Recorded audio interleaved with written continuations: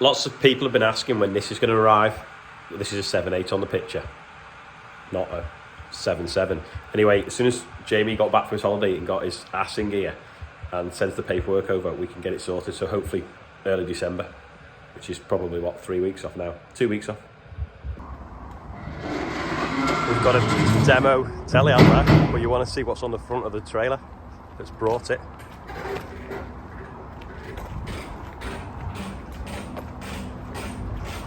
Guess what it is, yeah?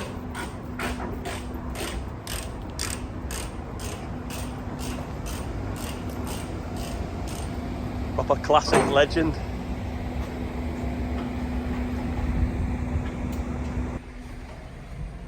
Be rude not to have a look at the 7.7 while it's here. You've just got park, forwards and reverse, and then you just click it forwards. Power quad gearbox, 3 spools. Nice Bailey low loader. This is pretty much similar to what I've bought off Jamie. Cast wheel centres, full set of weights. Good place to put the top link.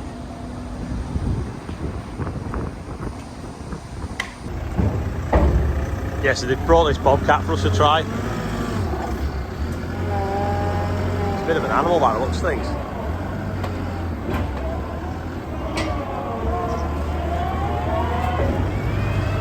It's got some ground clearance.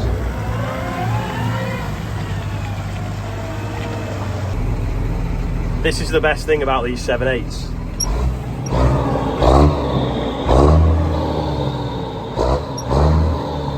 The noise. Listen to that.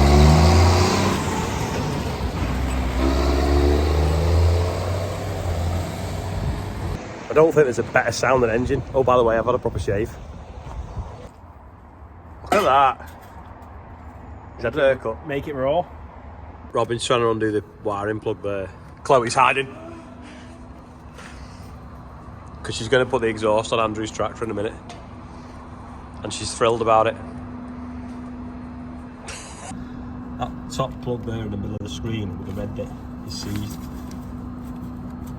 And it won't undo. Should we try and get them long reach mold grips? Can do if you've got them somewhere. See if we can get these in and grab it with them. I think you might need planning permission for that, being so close to the airport. What do you think, Chloe? A nod. He's got it. Let's see if it's green inside the plug.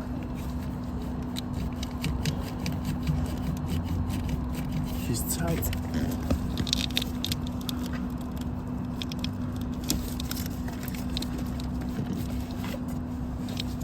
This is the transmission wiring.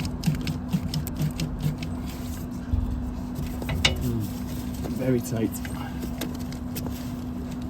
That's how kids undo chargers, they pull them by the wire, not the plug.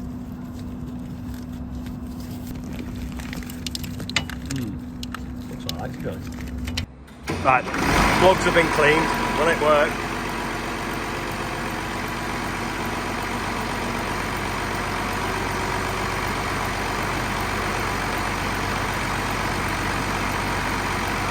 Nope.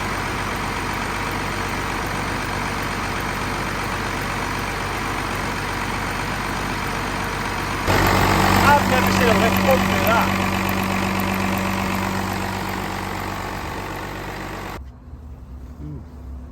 Took the joystick apart. What's wrong with it? Anything? Looks alright, doesn't it? Yeah, looks clean. Simple enough.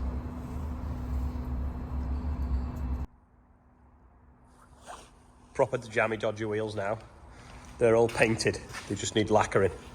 And then get them back on, wheel it forwards a little bit so we can get the hub lined up for the oil level.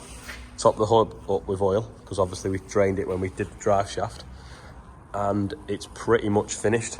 Clean all the windows and then polish it with like this fancy stuff that flattens the paint and gets the lacquer like really shiny. And then we then have a black Fendt. Like a month or 3 weeks after we started, but I'm sure It's defo worth it. The guy just been coming to pick up some sunflower seeds, and as he's sort of turning in the office car park, the fella didn't realise and overtook him. And anyway, they've ended up colliding with each other, and it's a bit of a big impact. So the van's now in the middle of the road, so we're going to lift that out of the way with a Merlot. Everyone's a bit shook up because it's obviously quite a big bang. Andrew was in the workshop, wondering what was going on, but there's no major injuries. People just got cuts and grazes, luckily. Just shows you how strong modern cars are. Don't scratch the door. You might have to get further forwards. It's a balance.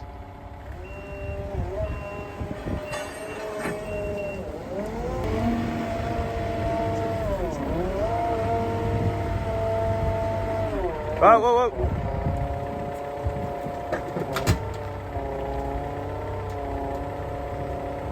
So you got it. Look at that, where the tyres left an imprint on the body panel. And then it's munched that side because he's hit the sign. Hey? Little bent here. Little bent the spring and the wishbone, yeah. Flatten the sign as well.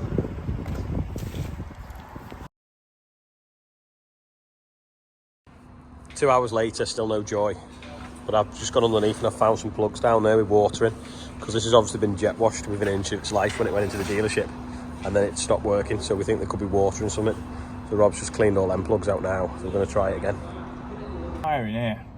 Yeah, has all that been repaired then, yeah? Yeah, well, it just had tape round it, and then someone's put a join in there. Well, I'd check that then, it'd probably be green.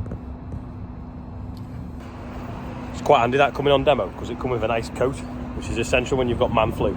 So a little bit of an update. I've been a bit unwell all week, suffering from what turns out to be man flu after doing several COVID tests, including the PCR test.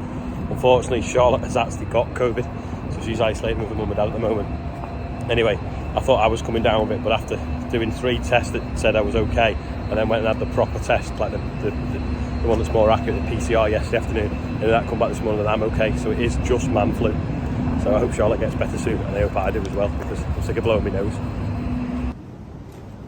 Andrew's cut the pipe down a bit shorter, so he doesn't need planning. Just going to put it back on now. He's putting the weather flap on, stops the water falling down the exhaust and going into the turbo. Robin's given up on this for the night now, after like 5 hours, but he's found loads of repairs down there. Loads of wires are really badly corroded, so he's going to cut them out and replace them all tomorrow and solder them all in properly, and then hopefully it should clear up the problem of why it's not selecting forwards or reverse. He's tried all the relays, cleaned all the plugs, but if anyone else has got any ideas, leave a comment below and he'll read them later. Is that making up for something, is it?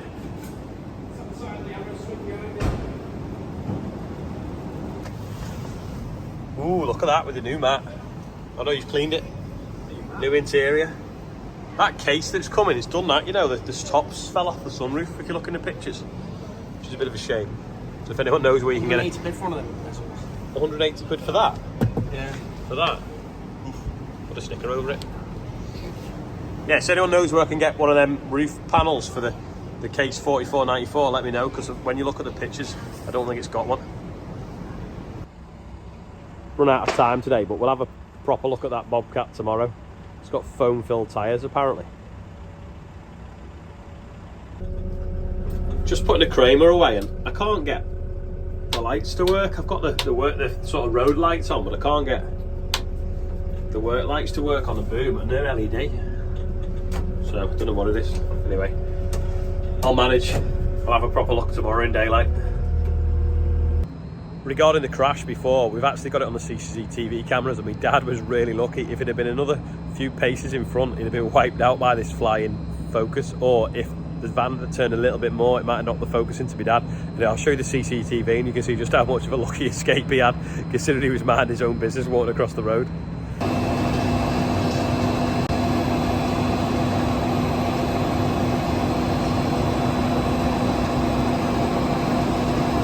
Charlotte sent a Chester update. He's now discovered swimming. Come out. Come out.